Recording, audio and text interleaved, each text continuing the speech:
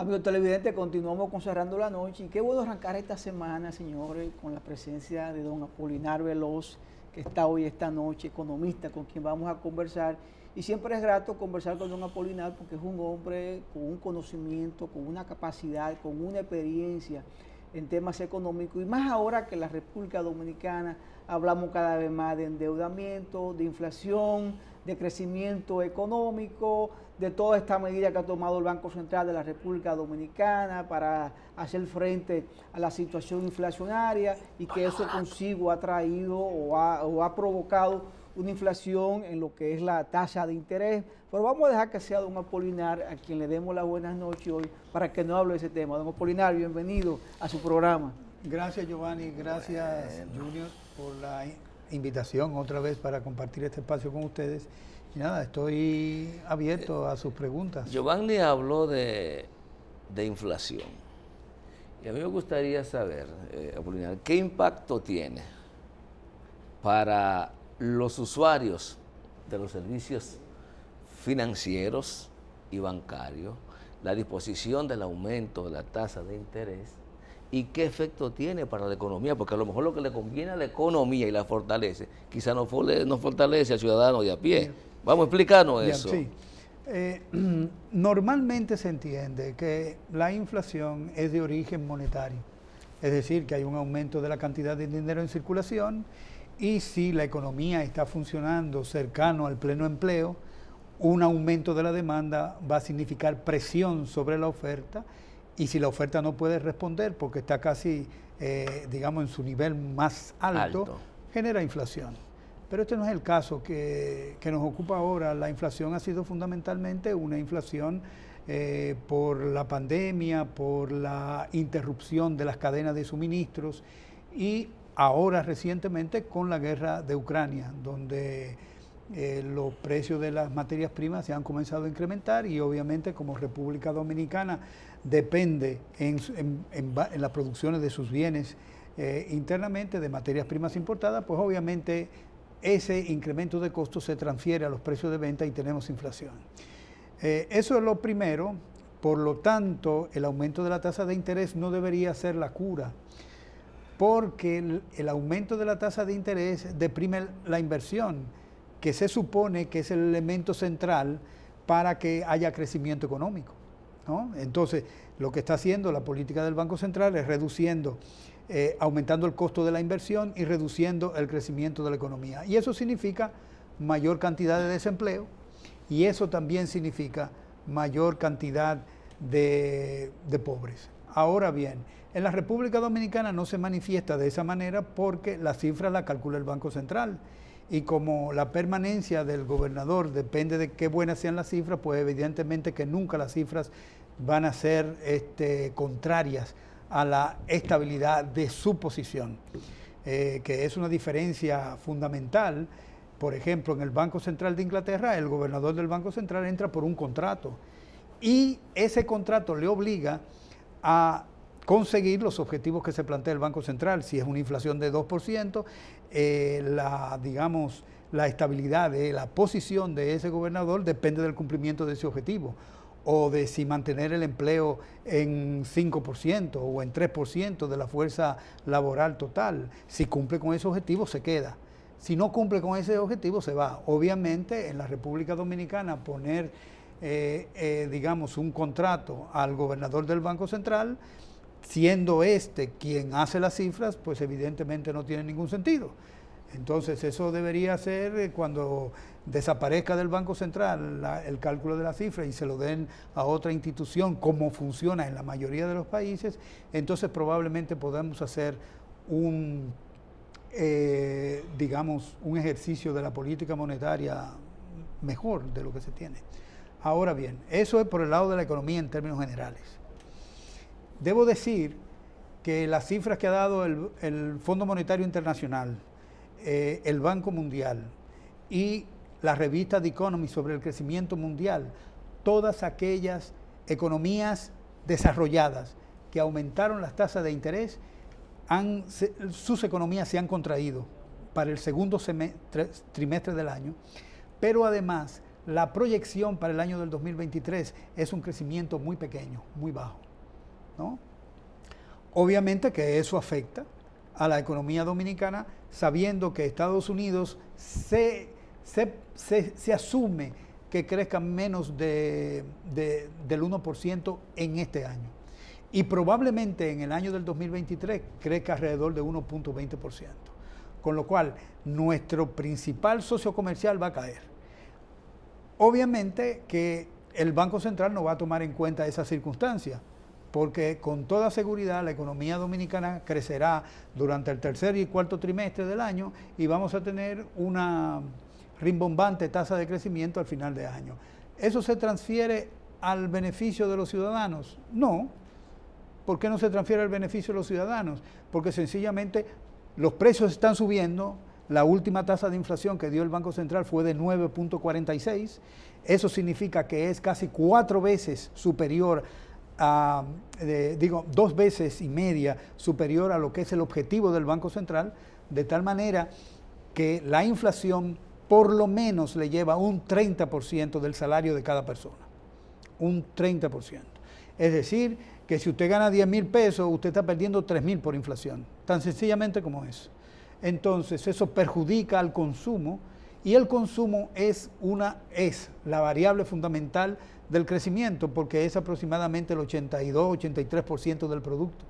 De tal manera que si hay un efecto sobre el consumo, debe haber un efecto sobre la demanda y este debe afectar negativamente al crecimiento de la economía. Pero peor que eso, cuando se aumentan las tasas de interés, lo que se hace es que se fortalece la moneda dominicana, es decir, se aprecia el tipo de cambio. Pero la apreciación del tipo de cambio lo único que dice es que somos menos competitivos porque los precios internos subieron, incluyendo los precios de las exportaciones, de tal manera que nosotros probablemente veamos una caída de las exportaciones, que es también parte de la demanda. Entonces, va a caer la demanda porque cae la inversión, va a caer la demanda porque cae el consumo y va a caer la demanda también porque caen las exportaciones. Entonces, el crecimiento económico debía reflejar eso. ¿Vamos a crecer menos de 5? Con toda seguridad que no, porque el gobernador no se echa para atrás. Cuando ya está creciendo a 5, va a decir que va a crecer a 3. No, él sigue creciendo. El problema es que el presidente hable bonito. Discúlpame, Junior, yo sé que tiene una pregunta ahí, pero cuando oí a Apolinar hablar de que estamos creciendo un 5% y que vamos a terminar creciendo porque no hay forma de que eso se decrezca en papel y en número, ¿qué papel juegan los organismos internacionales? ¿Qué papel juegan? Mira, ningún organismo internacional puede criticar las cifras de ningún país, no puede hacerlo porque eso, acordémonos que el gobernador del Banco Central nuestro forma parte del directorio del fondo, o sea, no es cualquier cosa, es un miembro del directorio.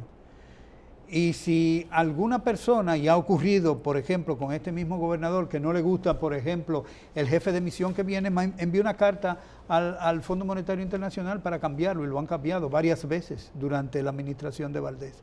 De tal manera que cuando los organismos internacionales vienen aquí, los datos que le da el gobierno, esos son los datos que repite, no puede decir otros, excepto que le pida una revisión de la metodología de las cuentas nacionales al Departamento de Estadística del Fondo Monetario Internacional. En ese caso, el fondo le dan el derecho para pronunciarse sobre las cifras. El Banco Central ha hecho eso, pero con organismos regionales del fondo, que no tienen el mismo peso ni tampoco el mismo compromiso. Por ejemplo, lo ha hecho con CAPTAC, que es un centro regional del Fondo Monetario Internacional que está en las islas inglesas, en el Caribe. Pero eso no tiene un pronunciamiento del peso que tiene la sede central. De tal manera que nadie puede decir que las cifras son malas, ni que las cifras no reflejan la relación entre las variables macroeconómicas. Eso no lo puede decir ningún organismo internacional. Claro, el gobierno se aprovecha de eso y sencillamente hace publicaciones que dice que el Fondo Monetario, no, el Fondo Monetario nunca dice eso. El Fondo Monetario repite exactamente lo que le dicen los gobiernos. Lo que dice internamente. Exactamente. Pero, Apolinar, tú nos has dado unos tips que no hay lugar a equivocación. Si el aumento de la tasa de interés en esta circunstancia no favorece potencialmente a la economía, el crecimiento económico. Evidentemente no favorece a los usuarios de servicios bancarios, porque implica un aumento de lo que tienen que pagar por el dinero prestado, sumado entonces a la inflación que reflejan los productos. ¿Quién se beneficia finalmente de medidas como esas? Ok. Si la inflación es importada, de la única manera que la tasa de interés, su aumento, puede tener un efecto sobre la inflación es si se reduce la producción. Porque al reducir la producción, tú reduces la cantidad de bienes que tú importas, que tienen una incidencia sobre el precio. De tal manera que la inflación, controlarla, pasa por el hecho de deprimir la economía. Obviamente la economía dominicana no se ha deprimido. Otras economías como la de Estados Unidos, Alemania, Francia, sí han tenido, el crecimiento económico ha sido menor durante el segundo trimestre de este año, de tal manera que refleja las condiciones de esas variables que han sido ajustadas. En República Dominicana no pasa. Pero, ¿qué está ocurriendo? Hay un elemento importante, y el elemento importante es el siguiente. Durante la pandemia se tomaron medidas monetarias. Esas medidas monetarias fueron fundamentalmente dirigidas a resolver un problema que tenía la banca. ¿Cuál era el problema que tenía la banca? Que tenía créditos que no estaban siendo pagados adecuadamente, y ya el Fondo Monetario, en 2 artículos cuartos anteriores, que fue en el año del 2019 y en el 2020, le advertía a los bancos comerciales que tenían que comenzar a capitalizar, y recomendaron que no repartieran beneficios, sino que capitalizaran los dividendos. Entonces, sin embargo, pareció que eso no se hizo, y entonces el Banco Central lo que hizo fue darle mayor recursos a los bancos comerciales, porque no fue a la gente, fue reducirle el encaje, y eso tiene efecto sobre los bancos. Reducirle el encaje legal, eso tiene efecto sobre los bancos. Darle una licencia a los bancos comerciales para permitirle que el capital que tenía, que no cumplía con los requisitos de los estándares internacionales, se le permitiera que en 2 años volvieran a estar en vigencia. Entonces, lo que le dieron fue una serie de beneficios a los bancos comerciales. ¿Para qué? Para que pudieran capitalizar. Ahora, con el aumento de las tasas de interés, ahora es probable, y ya hay estudios que comienzan a salir de la Reserva Federal y del Fondo Monetario Internacional, de los efectos que tiene sobre el empeoramiento de la cartera de los bancos comerciales. Y eso significa pérdidas adicionales de capital para la banca dominicana. Entonces, esos son los efectos de tomar una medida como el aumento de las tasas de interés, que no tiene dentro de ese ejercicio de política económica los diferentes efectos que tiene esa medida sobre diferentes factores y variables en la economía dominicana. Pero, Apolinar, más allá de las jugadas que puedan hacer en el Banco Central, de cara a darnos la visión de que la economía siempre anda por donde tiene que andar, ¿qué otros elementos tenemos nosotros que nos indique que la economía dominicana, a pesar de eso, de esos rejuegos, tiene ciertos niveles de fortaleza con relación a otros países que la crisis no nos ha afectado igual? Mira, lo que he planteado hasta ahora son variables, y su modificación y sus efectos sobre otras variables en la economía, que han tenido lugar, eso que estoy diciendo, han tenido lugar en otros países, fundamentalmente los desarrollados. Entonces, si aquí ha ocurrido el mismo tipo de medida y estamos en una economía igualita de mercado, con políticas monetarias que son similares a las que han tomado países desarrollados, ¿por qué aquí no ocurre lo mismo que está ocurriendo en otros países? ¿Por qué tenemos una economía tan especial que cuando no se invierte se crece, y cuando el consumo cae se crece, y cuando las exportaciones se contraen se crece? No entiendo. Y contrariamente, cuando aumentan las importaciones, que tienen un impacto negativo sobre el crecimiento, también se crece.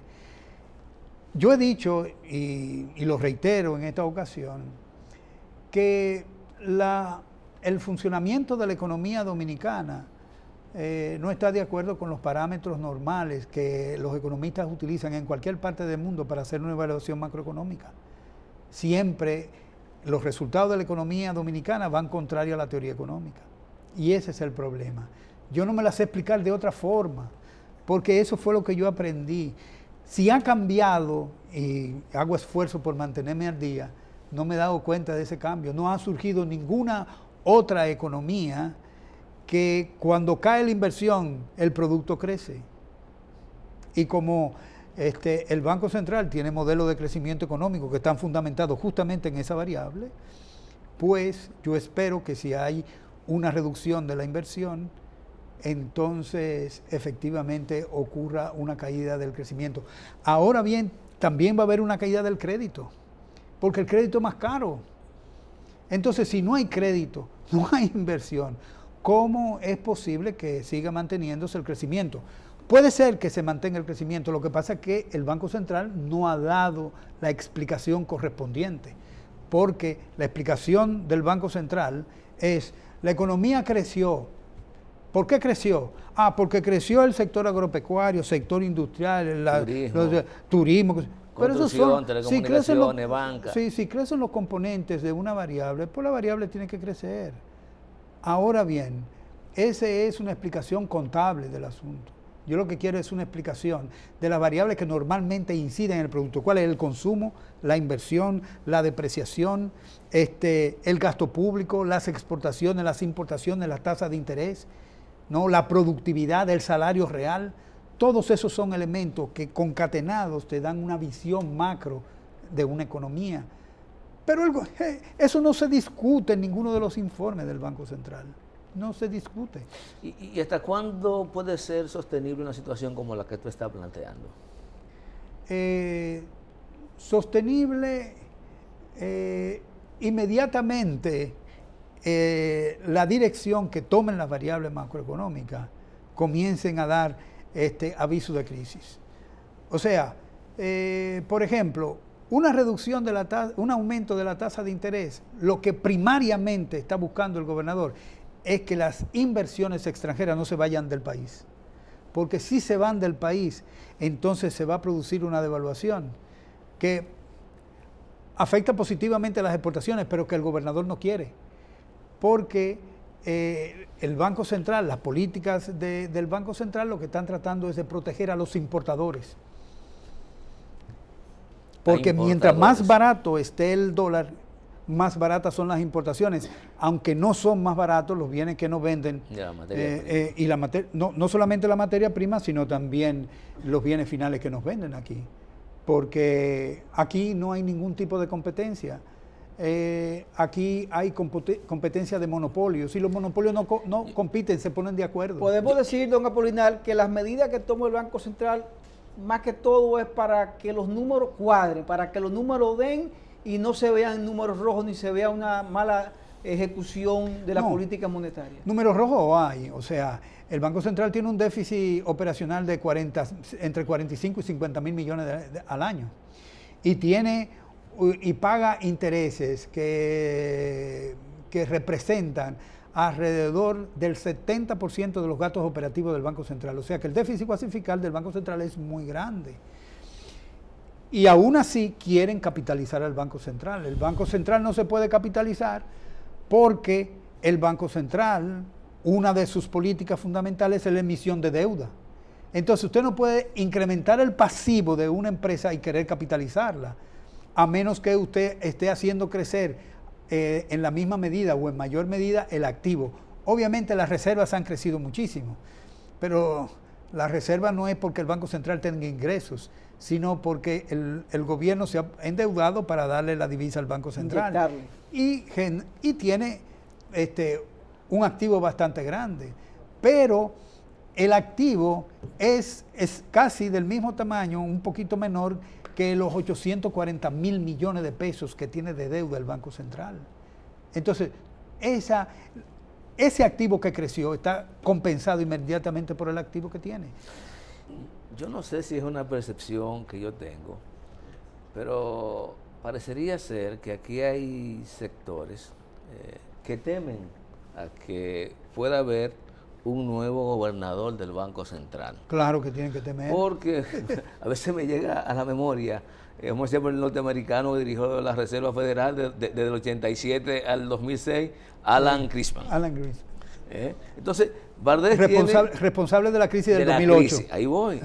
Entonces, ¿qué impide que pueda haber una remoción en el Banco Central? Digamos que sí, que el Banco Central, que la economía ha estado creciendo. ¿Ha sido obra necesariamente el crecimiento de la gestión del Banco Central? Sí. No lo es. Pero una cosa, ¿cómo es posible que la economía esté creciendo y ¿cómo se llama? La oferta de empleo en el sector informal sea el 58%? ¿No? ¿Por qué? No lo entiendo eso. Si se supone que el crecimiento económico depende fundamentalmente de dos factores, del capital y del trabajo. Entonces crece el producto. Bueno, vamos a decir que creció el capital, pero entonces ¿qué pasó con la mano de obra? O sea, se generó desempleo con crecimiento. No lo entiendo. Obviamente la pregunta... No, porque la gente es más emprendedora. No. Lo que pasa es desempleada. Lo que pasa es que cuando tú tienes una familia que mantener y la única posibilidad que tú tienes es poner un puesto de China, pues tiene que hacerlo para que no pase nada. Pero a eso tú le llamas, según la encuesta del Banco Central, empleado. Sí. A ese le llama empleado. Pero oye, llamarle empleado... Son emprendedores. Peor, eso es una coger un carro y ponerse a tasear. Eso es una necesidad que te obliga. Pero fíjate una cosa. Claro que hay preocupaciones en el sector privado de que se vaya Valdés, porque ellos que financian las campañas electorales, cuando se produce el desenlace electoral, le piden al presidente que se quede y el presidente lo deja, porque ellos le financiaron la campaña. Entonces es un problema de que tú tienes efectivamente que como país modificar ese tipo de prácticas que atan a los gobiernos, y obviamente hay candidatos como este, por ejemplo, que se ató a esa lógica. Y por esa razón tiene gente del sector privado haciendo las políticas públicas. Esa es la realidad, desafortunadamente. Don Apolinar, con su permiso tenemos que ir a una pausa. Siempre interesante conversar con usted. Yo sé que los amigos televidentes están boquiabiertos, escuchándolo, los planteamientos que usted hace aquí, siempre bien acertados. Pero vamos a una pausa y seguimos en breve con esta interesante conversación con don Apolinar Veloz, economista.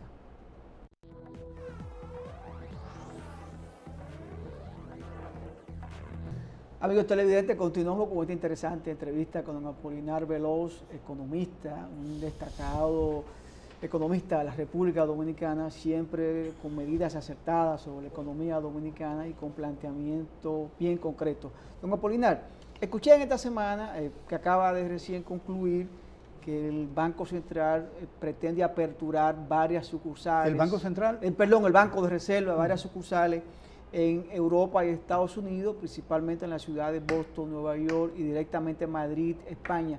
¿En qué medida esto ayuda a los dominicanos o cómo se pueden realizar esas transacciones que los dominicanos puedan hacer operaciones normales allá en dólar o en euro, como si estuvieran en el país? ¿Eso en qué no ayuda? Bueno, pienso por la tradición y el papel que ha jugado normalmente el Banco de Reservas en el mercado cambiario dominicano, que el Banco de Reserva funcionando en cada una de esas ciudades lo que va a servir es de traer dólares y euros al país desde el punto de vista estatal, porque es bueno decir que siempre el Banco Central y el Banco de Reserva actúan en ese mismo mercado con el mismo objetivo, ¿no? Entonces eso podría facilitar la, digamos, transferencia de dólares y euros a la República Dominicana.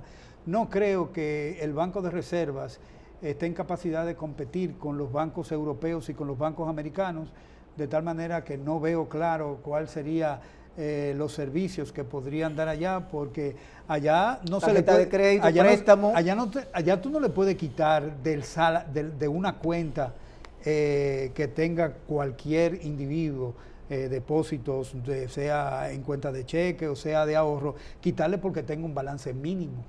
Eso no se puede allá, eso está prohibido y aquí ellos lo hacen. Pero hay una resolución de la Suprema Corte de Justicia que dice que no se puede. Bueno, pero una cosa es lo que dice la Suprema y otra cosa es lo que dicen los dueños del país, ¿no? Hay que estar claro. ¿Los choferes? ¿Los choferes o los sindicatos de choferes? No, porque los sindicatos de choferes están, a su vez, tienen otro jefe por encima. No solamente son los choferes, hay otros jefes. ¿Hay otros dueños del país? Sí, hay otros. No, hay muchos dueños del país que se ponen a una para eso. Entonces, no creo que los servicios de los bancos internacionales puedan, o sea, el Banco de Reserva puede hacer competencia, porque el Banco de Reserva, igual que el resto de los bancos de aquí, son bancos que desde el punto de vista de servicios al usuario son anquilosados, son bancos que lo que hacen es que ganan por todo lo que tú puedas hacer como una transacción como depositante de ese banco. Y son altamente ineficientes, incluyendo los bancos internacionales que comenzaron muy bien.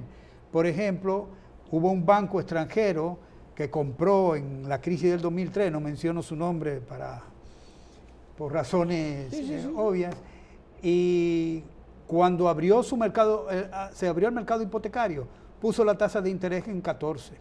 Hicieron una reunión en la Asociación de Bancos y primero lo querían sancionar en la Asociación de Bancos y después le hicieron que subiera la tasa de interés a como estaba todo el sistema bancario. Y esa es la forma en que compite la banca dominicana, o sea, una banca de un grupo, de un grupito, donde se hacen todas las decisiones. Eso no es una banca de competencia, es una banca de amigos, o sea, se reúnen y toman las decisiones sobre esas variables. Le juro, doctora Polina, que hay cosas que mi desconocimiento no me permiten entender. Se nos ha dicho que se ha recuperado la economía, que se recuperaron los empleos que se perdieron en la pandemia, eso nos han dicho, que se han creado nuevos empleos. Pero yo al mismo tiempo estoy observando un incremento de los programas sociales del Estado.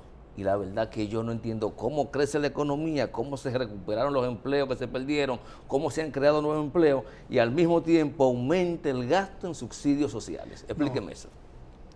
Se ha recuperado el empleo, pero no han recuperado todo lo perdido. Eso es lo primero. En segundo lugar, ¿qué es lo que ha ocurrido? Lo que ha ocurrido inversamente a lo que se espera o contrariamente a lo que se espera, es que el mercado informal se ha incrementado. ¿Cómo es posible que tú hayas recuperado, y fíjate ahí la inconsistencia de la declaración oficial, cómo tú has recuperado todo el empleo y además al mismo tiempo tiene mayor gente en el sector informal, que pasó de 52 a 58. Entonces, ¿cómo creció el mercado informal? 6%. Entonces, hubo gente que se pasó del mercado formal del trabajo al informal. Eso puede ser, pero eso no tiene sentido desde el punto de vista lógico, porque tú no te vas de un sitio de ganar un determinado salario relativamente bueno para ir a ganar un salario incierto, ¿no? Y más bajo que el que tú tienes en el sector formal del mercado de trabajo. Eso por un lado. Y por el otro lado, mira, aquí te dicen que los ingresos del gobierno han aumentado. Eso me cuesta mucho creerlo porque normalmente las proyecciones del ingreso público que se hace en cada presupuesto está subestimado entre 5 y 7%.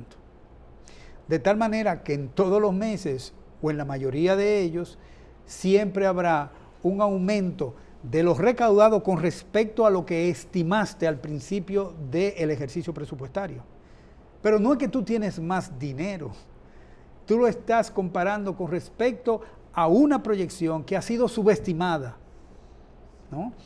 Y hay, por ejemplo, el Fondo Monetario Internacional establece como riesgo, por ejemplo, fiscal, el hecho de que tú subestimes entre un 3 y un 5% los ingresos públicos. Aquí se hace entre un 5 y un 7.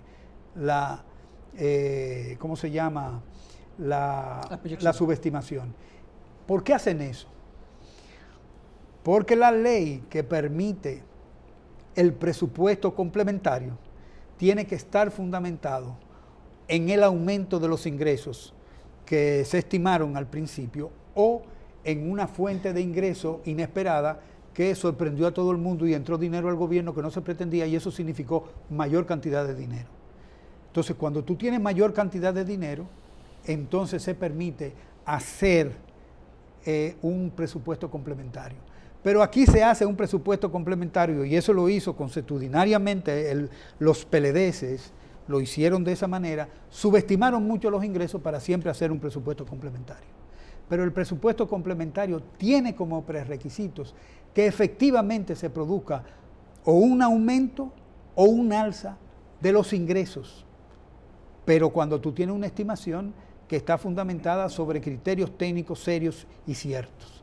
Entonces, desde ese punto de vista, aquí lo que se está haciendo es gastando muchísimo dinero, diciendo que aumentaron los ingresos, que recaudamos más, pero no fue que usted recaudó más, sino que comparado con la estimación que usted hizo, que usted subestimó, usted tiene mayor ingreso que esa subestimación que hizo. Y eso le da la razón. Sí, y eso le da la razón para ellos irse a un complementario, que es aumentar los gastos del gobierno sin tener la fuente de ingresos, y al final usted termina ¿con qué? Con un déficit. Y la otra parte de la pregunta, ¿tiene alguna relación la generación de empleo con la disminución de los programas de subsidios sociales? No, porque no? Los subsidios no tienen efecto sobre el empleo. Lo que tienen el empleo sobre los subsidios. No, lo que tiene es, el efecto de las transferencias en este país es un efecto clientelar. Y este gobierno, aunque dijo que lo iba a modificar, sigue siendo tan clientelar como los demás, como los PLDeses. Entonces, es evidente que eso no tiene ningún otro fin que no sea un fin político. Si tuviera otro fin, entonces ocurriría lo que pasó en Brasil, que cuando a ti te daban una cantidad de dinero era por un tiempo específico, dándote la oportunidad de que tú te desarrollaras en un determinado oficio que te permitiera ser independiente de esa transferencia. Aquí han dicho eso y lo han hecho. ¿Y cuántos se han formado? ¿Y cuántos han dejado de recibir? Porque la transparencia en este caso sería decir, empezamos dando 1 millón a 500,000 personas. De esas 500,000 personas, 10,000 han realizado estudios que han conseguido trabajo en el sector formal y eso están fuera del... Lo hemos colocado ya en el sector formal. Eso se ha dicho, eso se ha hecho.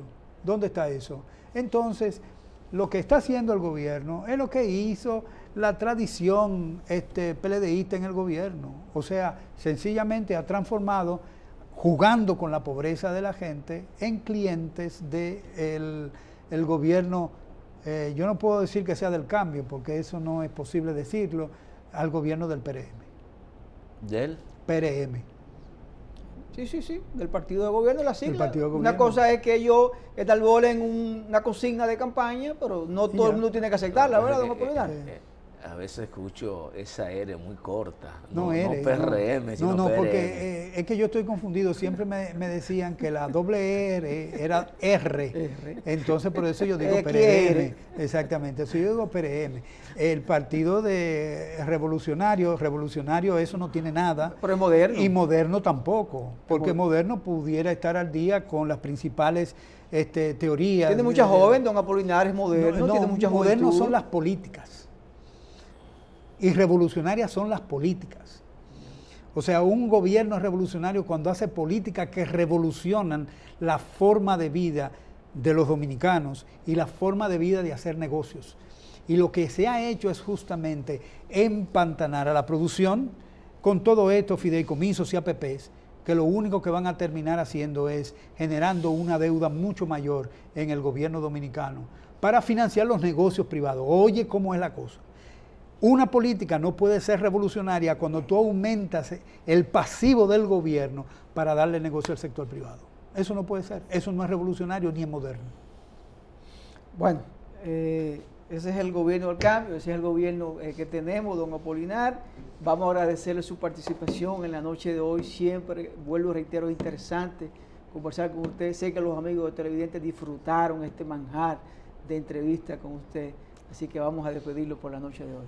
Gracias, muy gentil por la invitación. Señores, conversamos con don Apolinar Veloz, economista. A ustedes gracias por la sintonía. Este equipo encabezado por Junior Espinosa y que les habla Giovanni Almonte. Nos despedimos y será hasta mañana.